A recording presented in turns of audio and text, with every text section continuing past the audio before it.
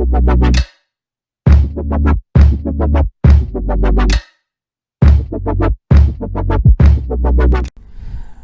up dude, balik lagi sama gue Blind Man Jack. Dan kali ini gue lagi bareng sama Ipung. Selamat malam. Salah satu narsum yang sulit sekali untuk dikejar. Allah. Jadwalnya susah. Lo tuh sekarang di mana sih? Di Jogja, saya di Sigap, Indonesia. Biasanya lebih banyak di Jogja sekarang? Iya, di Jogja. Oke, saya jadi bekerja di Sasana Inklusi dan Gerakan Advokasi Difabel Indonesia. Oke, jadi Ipung atau nama lengkapnya si Poro Purwanti. Kenapa jadi Ipung sih? Itu nasib. Itu nasib ya. Ya, jadi Mbak Ipung ini adalah salah satu aktivis, bisa dibilang mungkin sangkatan gua juga kali dulu ya, waktu awal-awal ya. Iya. Aku, Joni dulu ya, masih ini ya. 2000-an. Angkatan 2000-an ya kita ya dulu ya. Iya. Jadi udah cukup lama juga di Bilantika Perdisabilitasan, dan Mbak Ipung ini salah satu yang fokus di apa istilahnya ya, bantuan hukum atau pendampingan untuk disabilitas ya? Yang berhadapan dengan hukum. Nah, pendampingan untuk disabilitas Iya. yang berhadapan sama hukum. Nah, mungkin lo banyak yang bertanya, wah masa sih orang dengan disabilitas berurusan dengan hukum, bukannya mereka hanya berurusan dengan bansos dan bansos dan bansos. Walah. Nah, tapi sebelum kita ngobrol lebih banyak, gue mesti ngaku nih sama Ipung nih. Sebenarnya gue malas wawancara lo, Pung. Alhamdulillah kalau gitu. Ngilu denger kasusnya gitu loh. Karena ngobrol sama Mbak Ipung tuh mau nggak mau akan ngobrolin tentang kasus-kasus yang terjadi terhadap teman-teman disabilitas gitu kan. Iya. Gitu. Karena kan gini ya, negara kita itu kan negara hukum. Jadi semuanya diatur dengan hukum dari A sampai Z. Nah, ternyata apa yang diatur oleh hukum itu ada beberapa yang miring nih. Artinya ada yang terlepas dari konteks hukum untuk mendapatkan perlindungan di sana. Nah, ini ternyata bagian yang miring-miring ini adalah bagian tentang disabilitas. Oke. Misalkan nih terkait dengan waris gitu ya. Nah, hukum warisnya sudah ada jelas, tetapi ketika dia adalah disabilitas, ini akan diperdebatkan nih.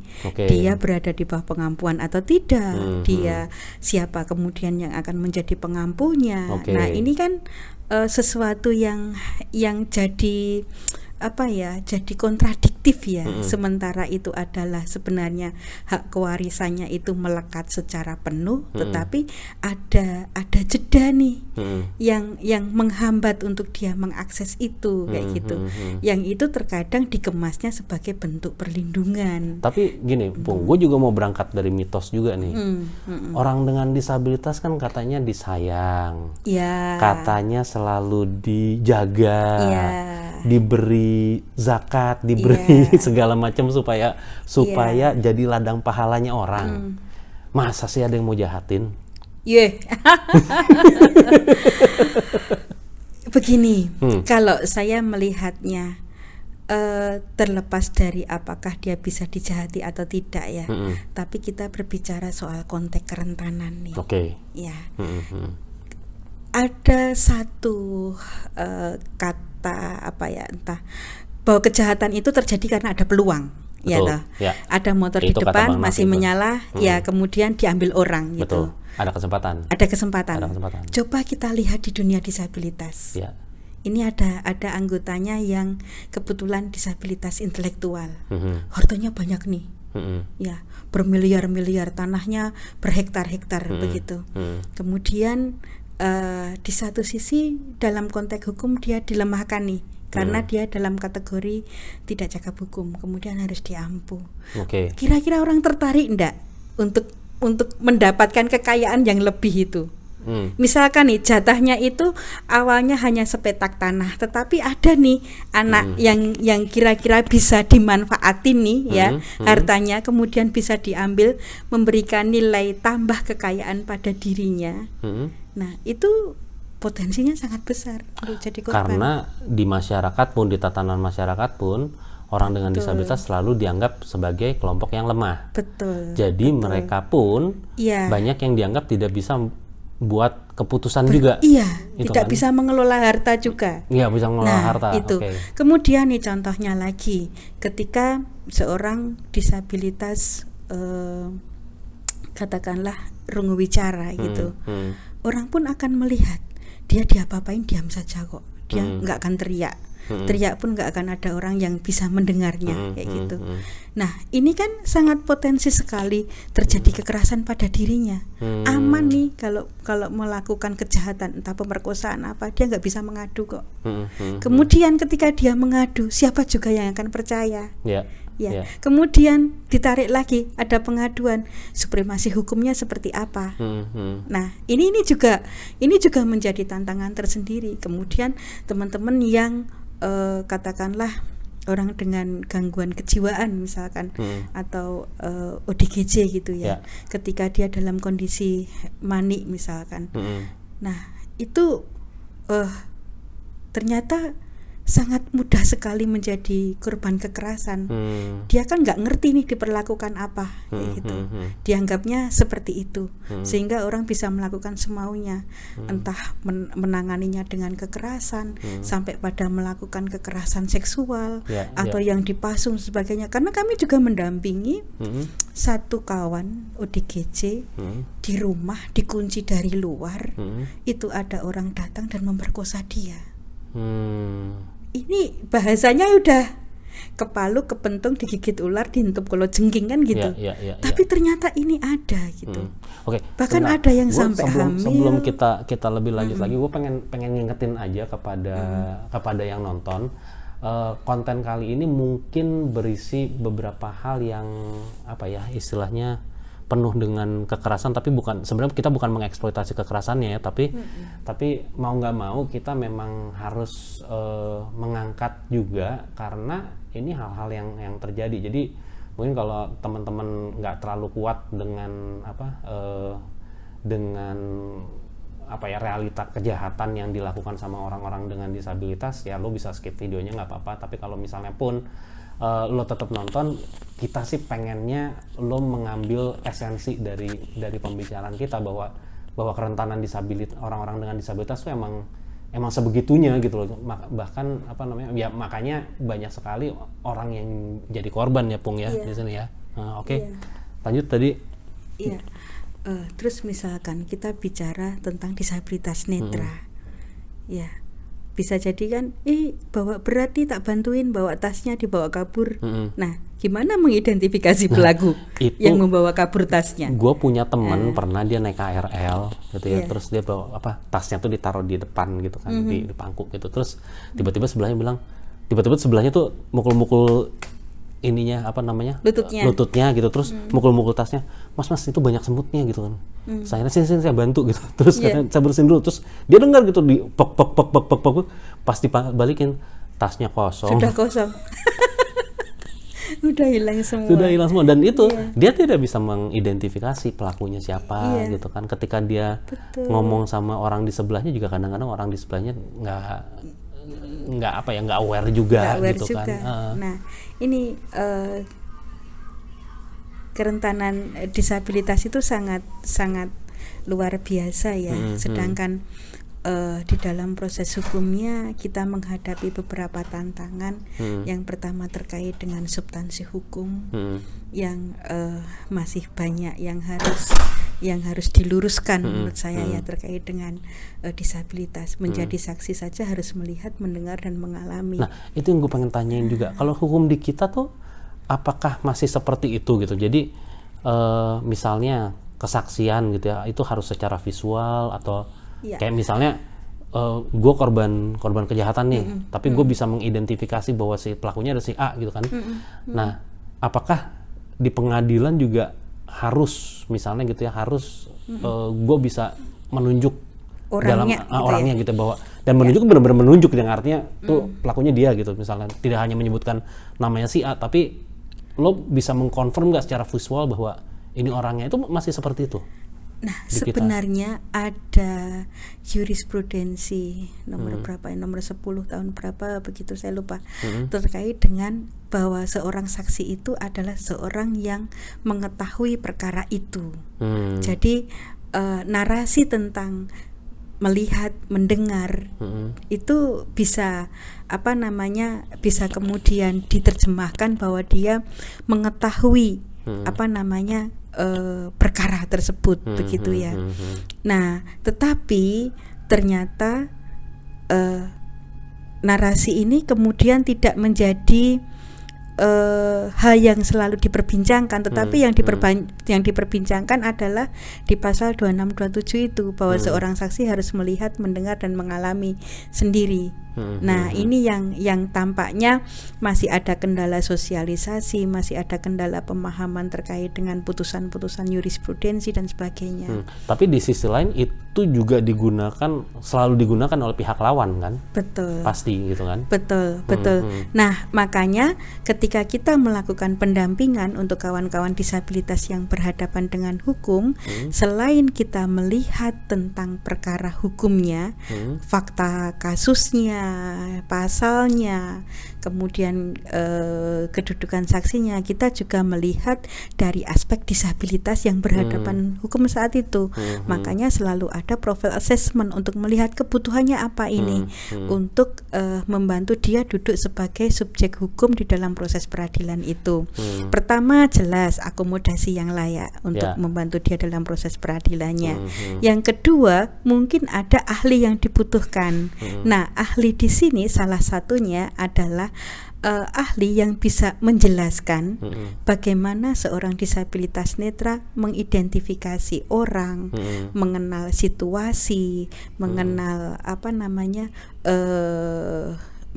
mengenal orang tanpa maksudnya bisa keyakinan yang penuh gitu.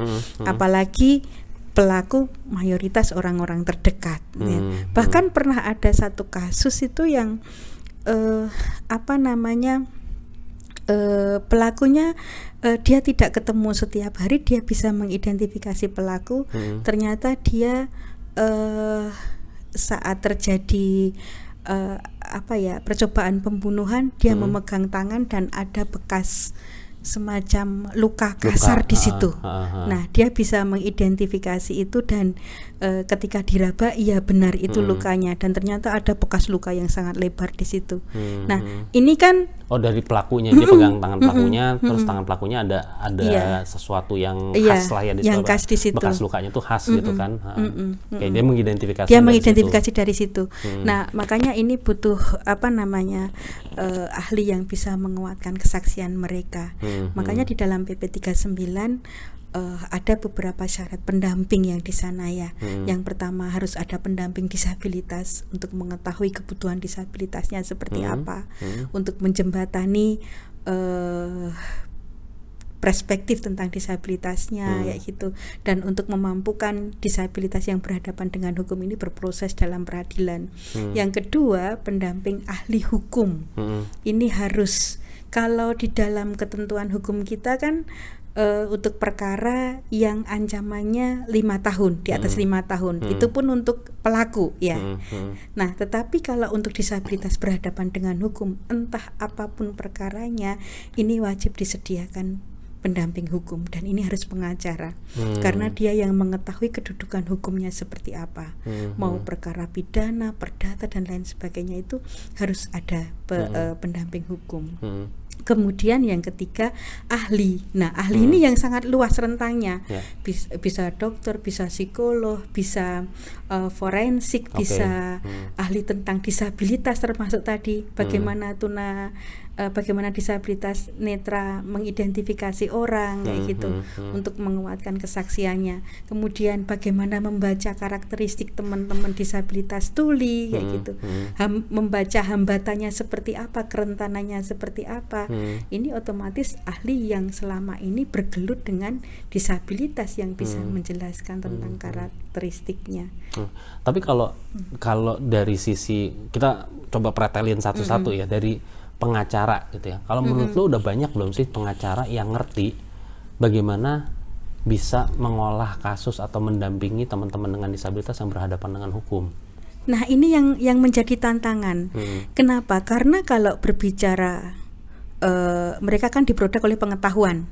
Sementara pengetahuan kita dari akademisi disiplin ilmu hukum misalkan, itu kalau membaca disabilitas itu pasti larinya ke 433 pengampuan sama 44 alasan pemaaf. Alasan? Pemaaf. Maksudnya apa tuh? Alasan pemaaf itu seseorang bisa tidak dipidanakan, kayak contohnya disabilitas mental ya, atau intelektual gitu. Ketika dia melakukan tindak pidana, kalau yang disabilitas mental dia dalam kondisi di luar kesadarannya, artinya dalam kondisi manik yang sangat luar biasa, kekampuannya luar biasa, itu dia bisa dimaafkan dan bisa tidak dipidana, atau hukumannya bisa rehabilitasi, bisa percobaan, kayak gitu. Makanya sering juga orang mengajukan nih, tapi kalau ini gue sering dapetnya di film ya, nggak tahu di pengadilan beneran. Kadang-kadang orang suka mengajukan temporary insanity itu loh, kegilaan sementara ya. Kalau nggak salah istilahnya kalau ini. Tapi itu sebenarnya prosesnya juga tidak mudah karena pemeriksaan ahli itu harus sampai detil diketahui ini alasan dia melakukan itu seperti apa, kayak gitu. Tidak semudah kemudian dapat alasan pemaaf hanya karena dia punya resep obat-obatan karena harus dilihat dulu nih perkaranya dia harusnya melakukan itu benar, dan itu ada analisis ahlinya. Nah, itu, tetapi tidak kemudian melihat bagaimana nih disabilitas yang berproses secara hukum, kayak gitu ya. Persoalannya ada di mana, langkahnya seperti apa, tahapannya harus bagaimana, kayak gitu. Nah, ketika disiplin ilmu saja masih seperti ini, maka yang terjadi banyak produk-produk sumber daya manusia yang jauh dari perspektif bagaimana disabilitas berhadapan dengan hukum sesuai dengan hukum dan HAM, kayak begitu. Ini tantangannya di sini, nggak nyambung sama disiplin ilmunya. Lalu itu apa yang harus dilakukan kalau kayak gitu? Selama ini yang kita lakukan adalah bagaimana membangun perspektif kepada kawan-kawan lembaga bantuan hukum, kawan-kawan pengacara untuk memiliki perspektif tentang disabilitas yang berhadapan dengan hukum. Bagaimana melakukan pendampingan, bagaimana proses hukumnya, bagaimana hambatannya, bagaimana mengelola jaringannya.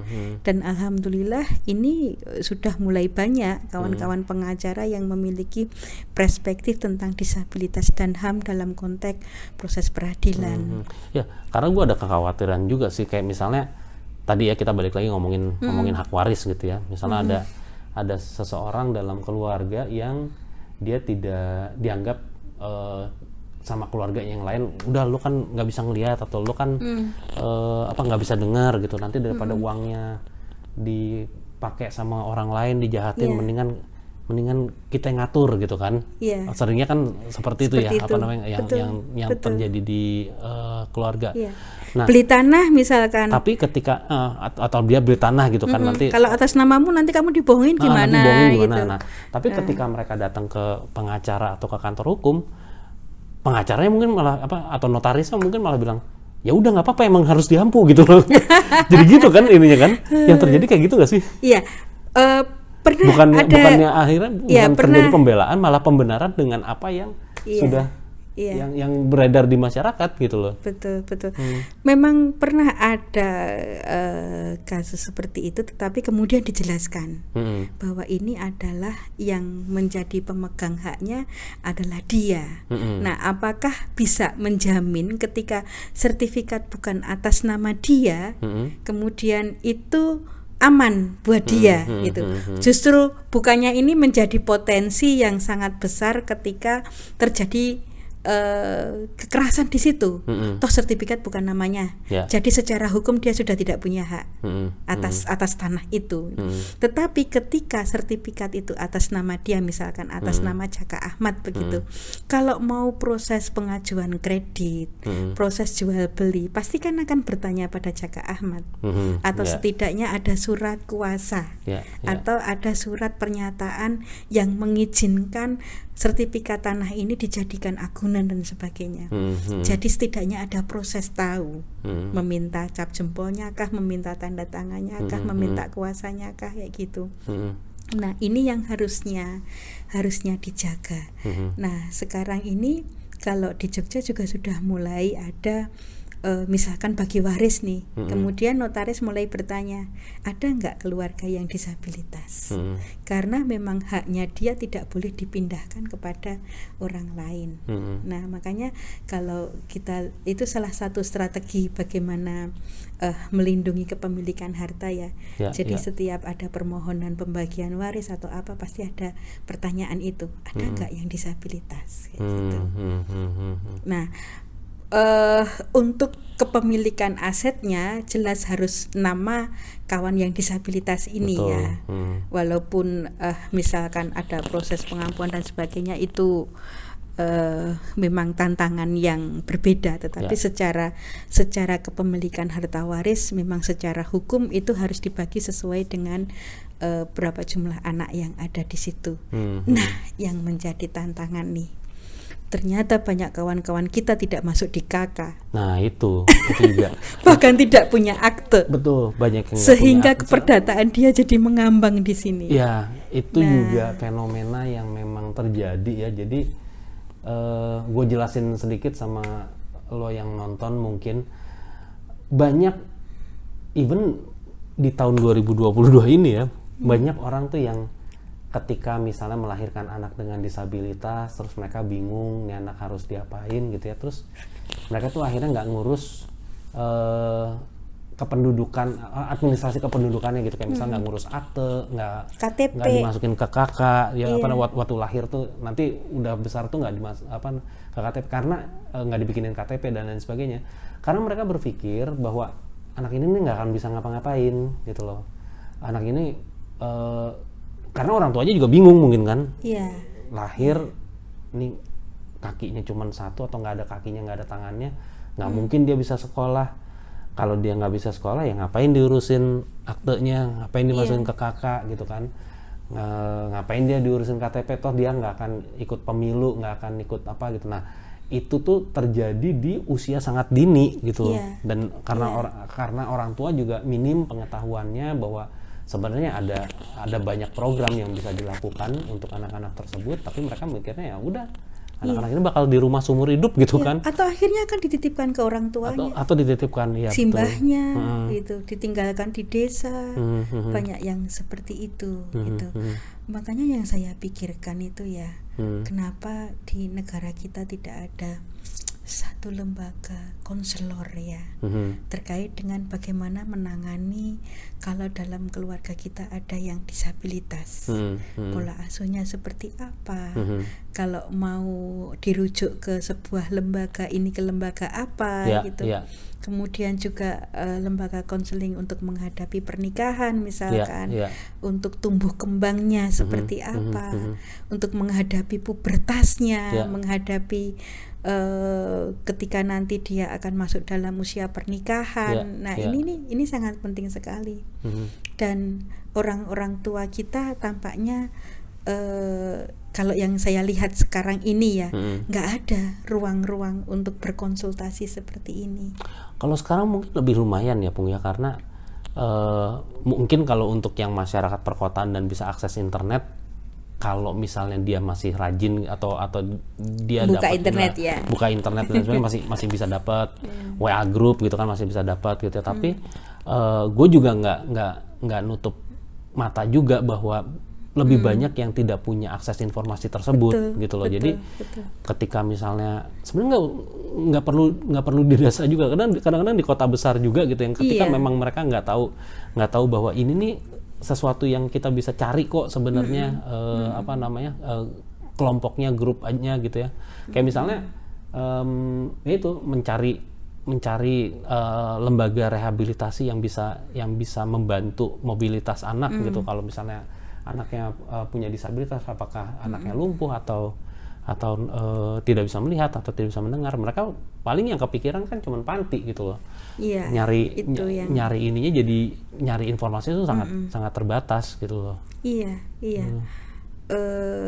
Kalau dulu kan saya kebetulan didampingi Yakum ya, itu ada ruang untuk bapak saya, untuk ibu saya bercerita nih perkembangan anaknya. Oke. Dan bertanya. Yakum itu adalah, ini biar viewer gue juga pada apa ya singkatannya gitu.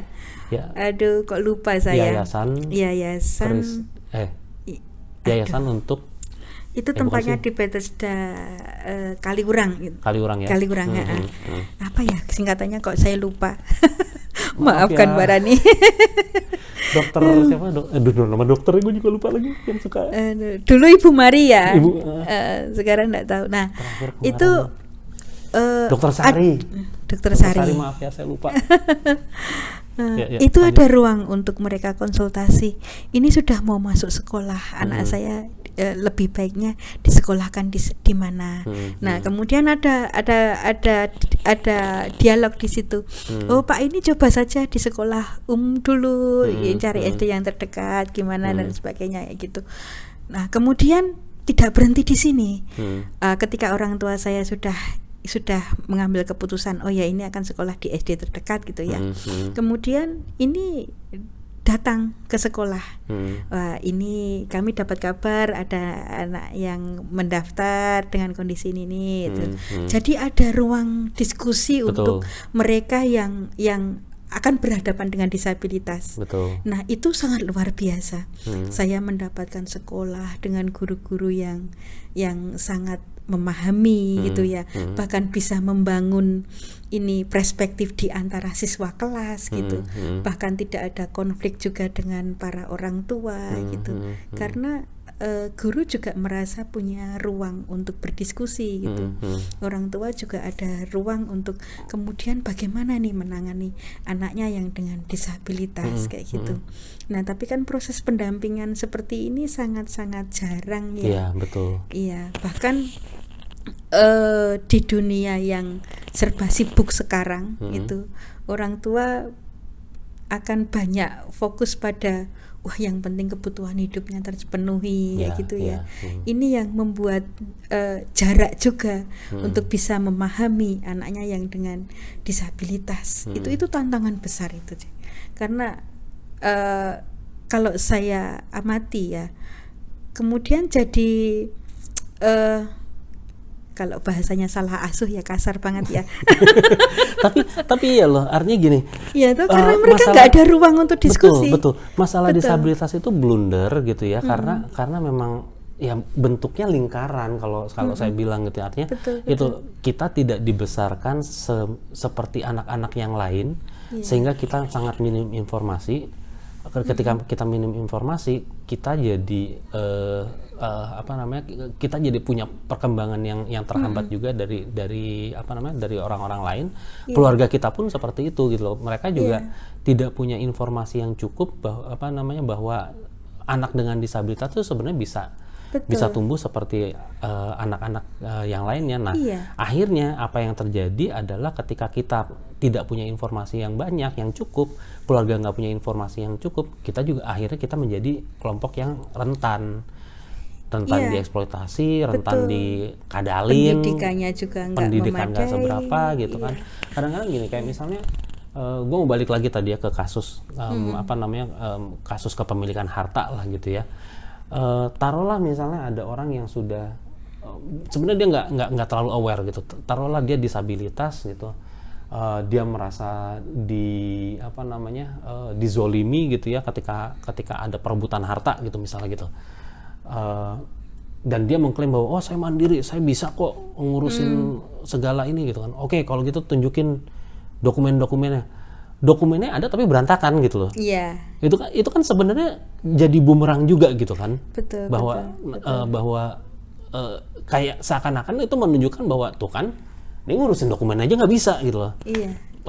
Di sisi lain gue berharap gitu ya semua teman-teman disabilitas tuh mau punya kemampuan bahkan serapih itu gitu loh, artinya untuk dokumentasi, untuk awareness-nya dia ngerti di sebelah mana sih dia bisa dieksploitasi gitu. Tapi kenyataannya ketika pendidikan mereka tidak mumpuni juga, akhirnya bahkan sangat tidak susah. mengerti Bahkan haknya tidak mengerti. apa. Itu yang sering kita temukan begitu, dia nggak ngerti ini haknya apa, dia harus kemana gitu.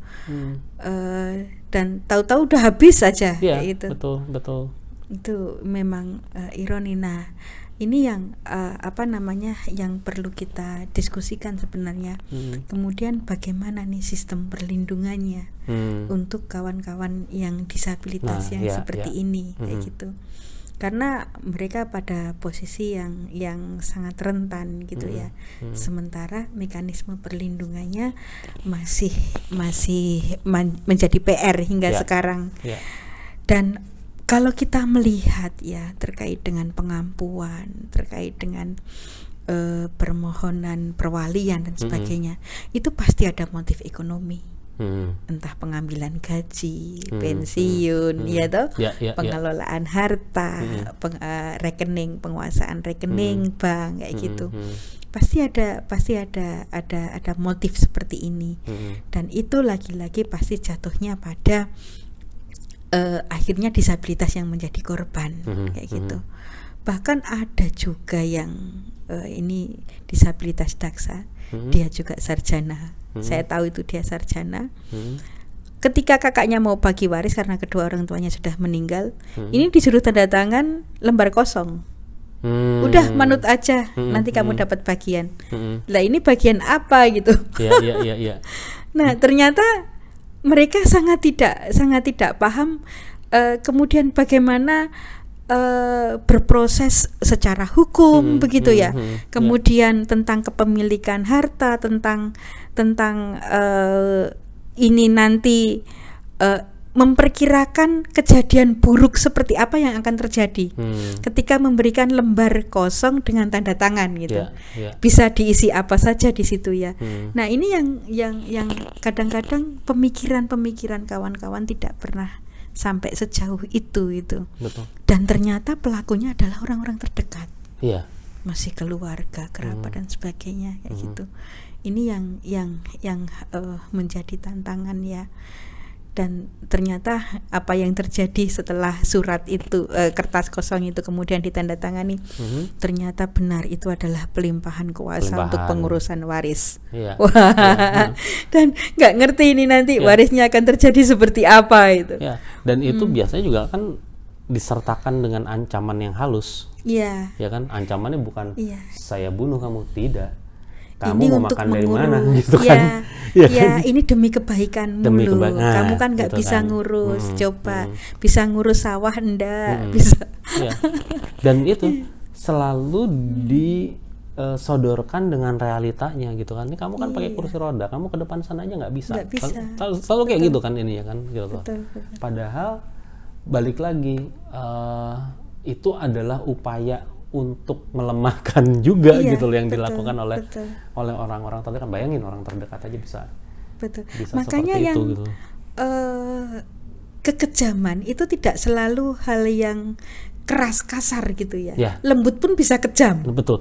Dan kadang-kadang benar nggak sih kalau in some cases dalam kasus-kasus tertentu itu pelakunya juga nggak sadar sebenarnya bahwa dia tuh menambah lemahkan gitu ya, memperlemah lagi gitu. Ya itu atas dasar gue sayang sama dia, gitu kan, gue itu. Tapi di sisi lain ketika dia mengambil alih semuanya ya itu kan menunjukkan ketidakmampuan si disabilitasnya, si keluarga dengan disabilitasnya gitu kan. Itu yang ternyata betapa rentannya disabilitas itu menjadi korban kekerasan dan ketidakadilan ya. Nah, itu juga terjadi di banyak kasus-kasus kekerasan yang lainnya, pemerkosaan misalkan. Kemudian pengurungan, pemasungan. Nah, itu ya. juga karena seperti itu. Padahal kalau kita lihat mereka itu tidak mendapatkan penanganan yang baik ya. Pengobatannya, kemudian akses untuk ini terapinya kayak gitu. Nggak ada. Nggak bisa mereka akses. Kemudian klaimnya adalah mereka mengancam keselamatan orang lain, sehingga harus dipasung, meresahkan. Nah ini yang jadi ironi itu di sini. Sementara hal-hal yang dibutuhkan untuk dia bisa hidup dengan baik itu tidak terjadi. Gitu. Nah itu juga aparat hukum sebenarnya harusnya juga mengerti ya kondisi itu. Artinya gini, balik lagi dalam beberapa kasus terutama untuk teman-teman dengan gangguan jiwa, ada yang memang mereka dikondisikan supaya kambuh entah itu oleh keluarga atau oleh orang sekitarnya, biar permohonan pengampuannya cepat di ACC ya, atau untuk menghilangkan mereka dari masyarakat juga gitu loh. Nih kan kelihatan nih dia ngamuk gitu kan, udah bawa aja gitu. Nah, ketika aparat dilibatkan, mereka juga tidak membela gitu, karena mereka juga mikir emang membahayakan gitu. Akhirnya mereka yang menangani akhirnya benar-benar dieliminir, atau itu tadi pengampuannya dipercepat gitu loh. Gitu. Itu kan kalau saya melihat ya memang sebenarnya kita masih punya tantangan besar terkait dengan kemudian bagaimana penanganannya ya, yang bisa benar-benar untuk membuat dia menjadi kondisinya lebih baik kayak gitu. Karena kalau pengalaman kami ya, ada juga kawan yang ODGJ dalam kantor kami itu, tapi alhamdulillah dia bisa sustain gitu. Artinya kita melihat nih kebutuhan akomodasi yang layak yang dia butuhkan apa nih. Oh ini kayaknya dia dalam hal ini nggak bisa dilepas sendiri. Tidak lantas kemudian dia nggak boleh pegang ini, nggak begitu. Tetapi kita sediakan nih ada yang membantu dia. Nah, ini sangat lebih memanusiakan ya. Kemudian misalkan nih kita ada pekerjaan A, B, C dan sebagainya gitu. Kita akan melakukan diskusi ngobrol dengan dia. Apa ini yang perlu dibantu, mana yang belum selesai dan sebagainya. Itu saya rasa lebih manusiawi ya. Karena tidak kemudian lantas menghentikan dia, tetapi memberikan peluang, tapi kita juga menyediakan ini kebutuhan dia seperti apa, sehingga dia bisa lebih kondisinya bisa lebih baik kayak begitu. Nah kemudian juga ini juga saya alami di tempat tinggal kami ya. Kita tahu ada satu orang yang punya kecenderungan dia bisa kambuh dan sebagainya kayak gitu ya, karena punya hambatan psikososialnya. Nah kita tanya apa sih kesukaannya? Oh dia suka buka warung nih, masak dan sebagainya. Ya udah, kita itu kanan kiri saudara itu punya kewajiban membeli di warung dia gitu. Sehingga dia merasa ternyata masih bisa berkarya, masih bisa di masyarakat kayak gitu, dan diterima di situ. Bahkan ketika ada arisan atau ada hajatan itu disamperi, diajak bareng, itu kan orang akan merasa ini ya dihargai gitu. Betul. Dan itu malah kondisinya jauh lebih baik dibanding yang dikurung dan sebagainya. Itu akan sangat buruk sekali gitu. Ketika kita memberikan ruang kepada mereka, itu mereka kondisinya akan dan lebih berdaya, kondisinya baik dan akan lebih berdaya gitu.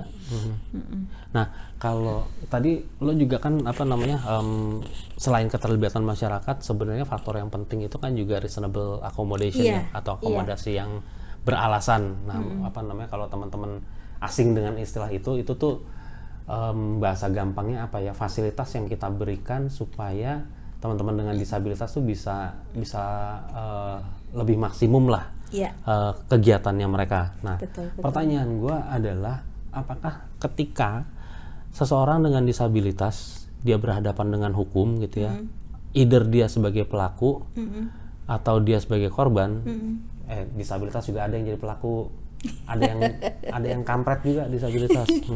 Nah, apakah undang-undang kita, peraturan regulasi di Indonesia itu sudah mewajibkan untuk penyediaannya? Penyediaannya, jadi mulai dari polisi sampai ke sampai ke pengadilan gitu ya. Ya. Undang-Undang Nomor 8 Tahun 2016 tentang penyandang disabilitas, mandat pemenuhan terkait dengan akomodasi yang layak itu ada di pasal 36. Jadi setiap disabilitas yang berproses dalam peradilan dia punya hak untuk mendapatkan akomodasi yang layak. Kemudian di ayat keduanya tentang akomodasi yang layak diturunkan dalam PP. Nah, ini sudah ada PP 39 tahun 2020 tentang akomodasi yang layak bagi penyandang disabilitas dalam proses peradilan. Nah, ini berlaku untuk semua proses peradilan. Karena di dalam badan pasalnya itu menyatakan bahwa PP ini siapa yang punya tanggung jawab untuk menyediakan akomodasi yang layak itu dari kepolisian, kejaksaan, kemudian lembaga peradilan di bawah Mahkamah Agung. Nah, ini sudah jamak nih ngomongin perdata, pidana, tun dan lain sebagainya, karena badan peradilan di bawah Mahkamah Agung ya, dan Mahkamah Konstitusi. Nah, pasal berikutnya ada mandat lagi selain dari yang disebutkan di atas, ada untuk lembaga bantuan hukum gitu, lembaga pemasyarakatan punya kewajiban untuk menyediakan akomodasi yang layak.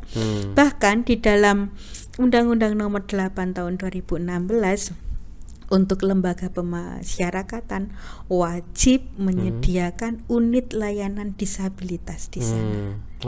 Nah, itu termaktub. Fungsinya unit layanan disabilitas. Fungsinya untuk melakukan assessment sekaligus memenuhi kebutuhan-kebutuhan disabilitas yang ada di dalam lapas. Jadi ingat ya, meskipun disabilitas tidak terlepas dari pertanggungjawaban hukum. Itu mitos yang lain tuh, sering banget tuh gue denger gitu. Udah nggak apa-apa, lo kan nggak lihat, kagak bakal kami tidak kebal hukum. Enggak kebal hukum. Nah, hukum. Dan sekarang sudah ada SK Dirjen sepertinya tentang lembaga pemasyarakatan ada layanan aksesibilitas untuk lembaga pemasyarakatan. Gue mau tarik lagi tadi ke kepolisian. Berarti ini kalau misalnya ada taruhlah misalnya teman tuli yang dia berhadapan dia mungkin jadi korban, ketika dia datang dia ngadu ke polisi buat pengaduan, dia bikin BAP, dia bisa request atau dia bisa minta untuk saya pengen ada JBI, ada juru bahasa isyarat yang menerjemahkan bahasa isyarat, itu dia bisa minta. Bisa. Nah, di PP itu begini, di PP itu untuk akomodasi yang layak. Gue tambah lagi, atau misalnya ada orang dengan gangguan jiwa yang dia berhadapan dengan hukum, terus dia minta, oke, gue mau di BAP tapi ruangannya harus ruangan yang nyaman, misalnya gitu, yang tidak banyak polisinya nggak boleh pakai seragam, dan karena kan teman-teman ODGJ dengan teman-teman dengan gangguan jiwa kan mereka pasti tense kan kalau kayak gitu kan, tertekan gitu kan. Itu berarti mereka bisa. Mereka punya power untuk minta itu ya. Iya. Ya, punya. Kenapa mereka punya power seperti ini ya? Karena di dalam PP 39 itu akomodasi yang layak itu menyangkut dua hal. Sarana dan prasarana. Nah, ini berbau-bau fisik nih. Yang kedua, layanan. Nah, layanan ini yang jamak karena layanan kan berbicara soal proses, prosedur ya toh. Kemudian mekanisme kayak gitu ya. Ini berbicara pada layanan. Jadi dua hal ini yang menjadi poin utama di dalam penyediaan akomodasi yang layak. Selain itu ada tadi pendamping hukum, pendamping disabilitas, ahli. Nah, tahapannya seperti apa? Pasti akan ada profile assessment. Kebutuhannya seperti apa nih? Bahkan kadangkala begini, ketika proses BAP nih, walaupun misalkan disabilitasnya nggak meminta ya, tapi wah ini kok BAP-nya mentok nih, apa yang harus dilakukan? Nah, ini yang kami temukan sering kemudian dari polisi menghubungi kami, waduh minta dibantu nih karena kami ada tantangan di sini, ini mentok nih kayak gitu, caranya seperti apa kayak gitu.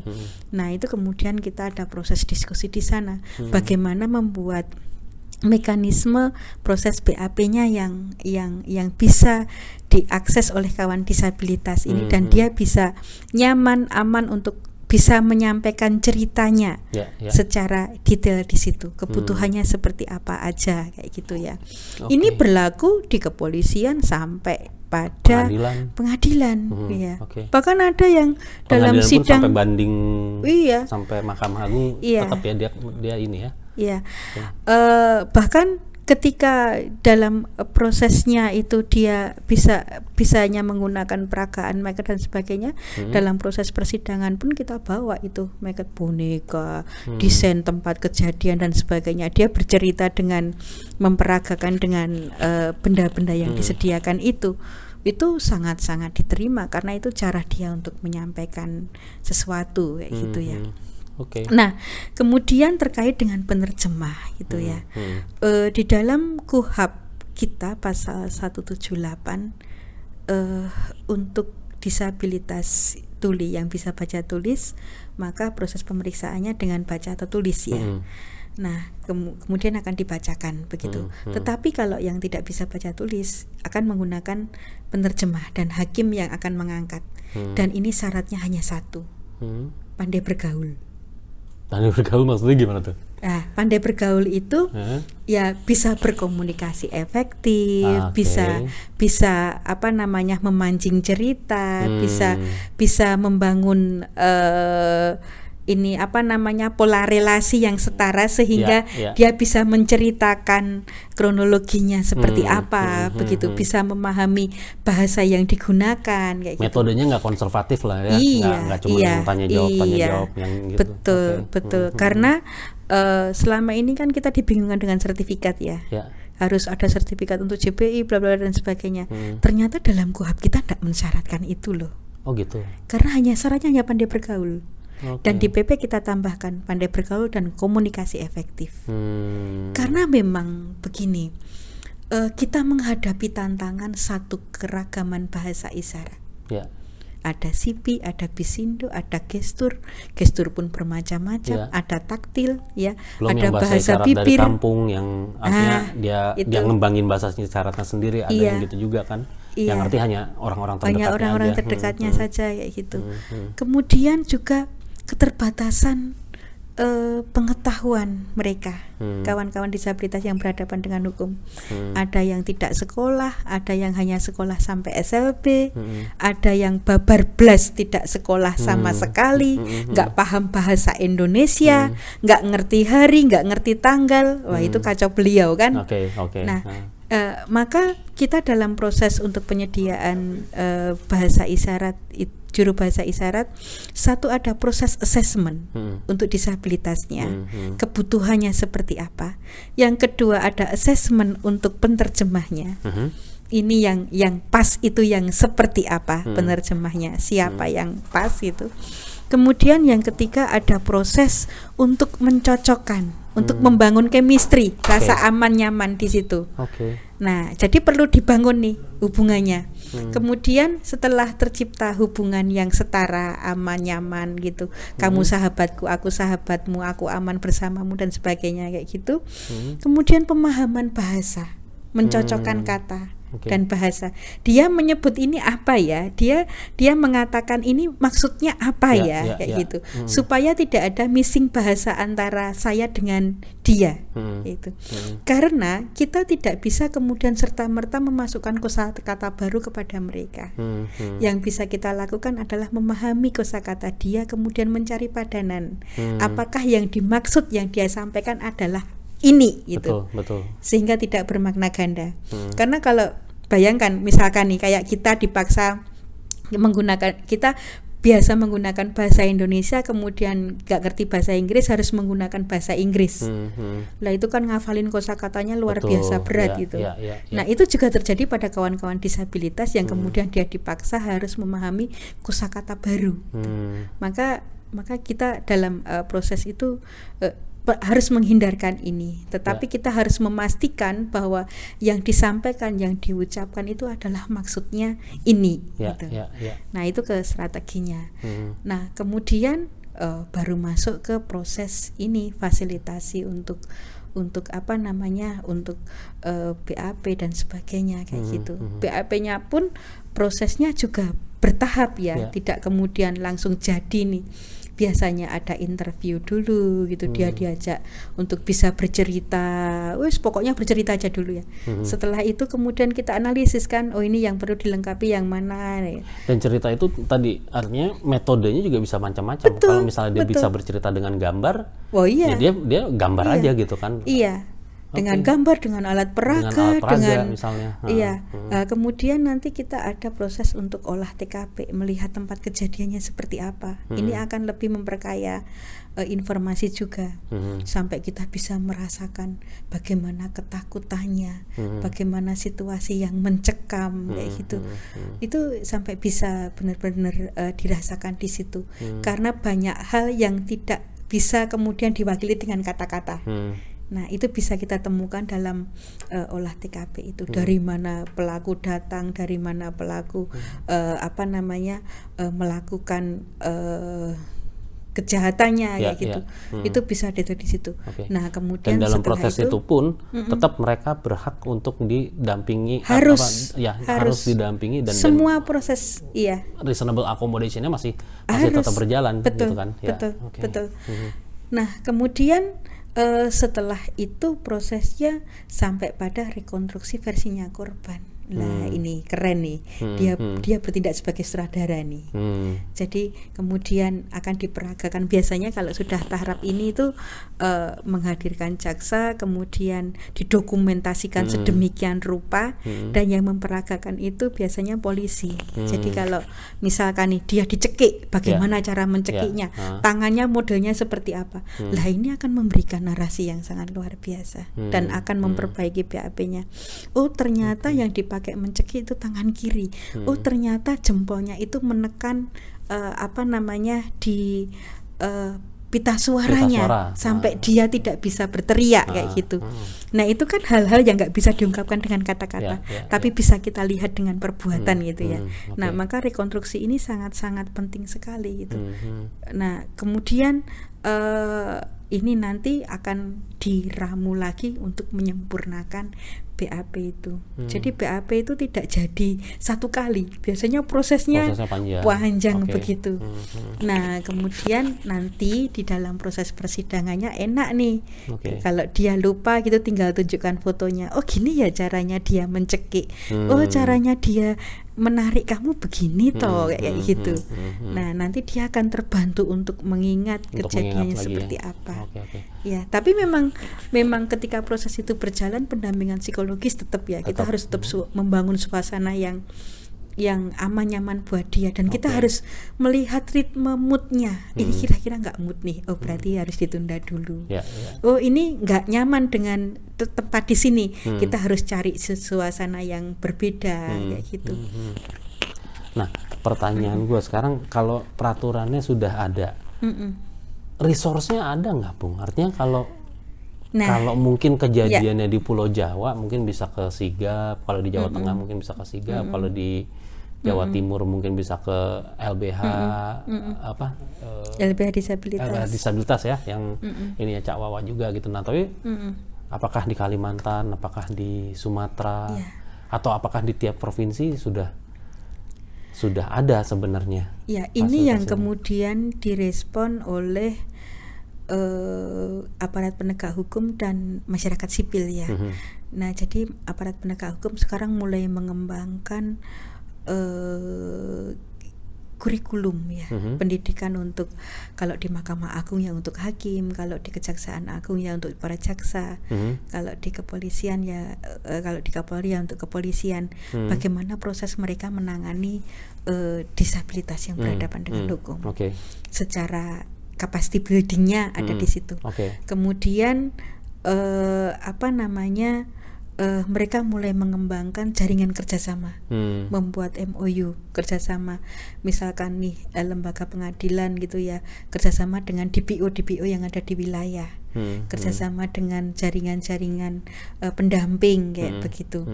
Nah, ini sudah mulai berjalan begitu. Kemudian mereka juga mulai mengembangkan ke rumah sakit gitu. Bahkan di layanan P2TP2A saat ini mulai mengembangkan dengan stakeholder terkait dengan disabilitas. Ya, jadi ini jaringannya sudah mulai dibangun di sana. Bahkan ada standar-standar akreditasi baik untuk kejaksaan, untuk pengadilan, untuk kepolisian, bahkan untuk P2TP2A itu salah satunya mensyaratkan penanganan, pelayanan dan akomodasi yang layak serta aksesibilitas untuk disabilitas yang didampinginya. Nah, ini sudah mulai bergerak. Tapi memang mungkin masih ada tantangan geografis dan sebagainya, betul. Ya kita harap ini bukan hanya piloting, tapi ini akan terus berkembang gitu. Dan nantinya akan bisa berlaku di seluruh Indonesia. Mudah-mudahan. Ya, in the meantime, tapi sebisa mungkin kita menghindari berhadapan dengan hukum. Caranya tadi salah satunya adalah dengan aware atau menyadari gitu ya, apa yang sebenarnya menjadi hak kita, apa yang bukan hak kita. Disabilitas ya itu tadi kita sangat rentan jadi korban, tapi kalau ada kesempatan mungkin kita juga bisa jadi pelaku. Jadi pelaku juga. Jadi jangan mentang-mentang udah ada akomodasi yang beralasan terus Anda jadi pelaku. Awas kalian. Tapi ya itu artinya kondisinya sudah mulai membaik.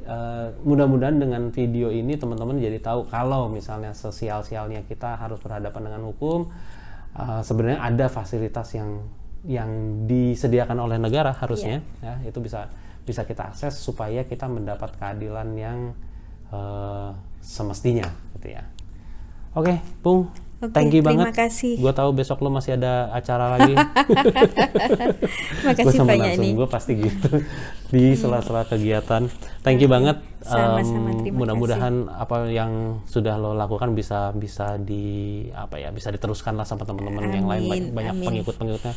Karena kayaknya bener-bener deh kalau ngomongin paralegal baru beberapa nama aja yang muncul kan, Cawawa terus lo gitu kan. Ya mudah-mudahan banyak teman-teman lain dan mudah-mudahan juga banyak orang yang lebih sadar dengan kerentanan teman-teman disabilitas, tapi digunakan untuk hal yang positif ya. Artinya tahu bahwa rentan, jadi mereka jadi justru mensupport supaya kerentanan itu bisa dikurangin gitu ya. Semoga. Oke, komen juga kalau lo mau tahu informasi lebih banyak lagi seputar LBH atau lembaga yang bisa bantu teman-teman disabilitas. Nanti Ipung juga bisa komen-komen, jawab juga komen di bawah, gue juga komen juga di bawah. Oke, klik like, subscribe, pokoknya tombol-tombol di bawah itu lakukan sesuatu dengan mereka, dan gue akan kembali dengan video berikutnya. Bye-bye. Sampai ketemu lagi.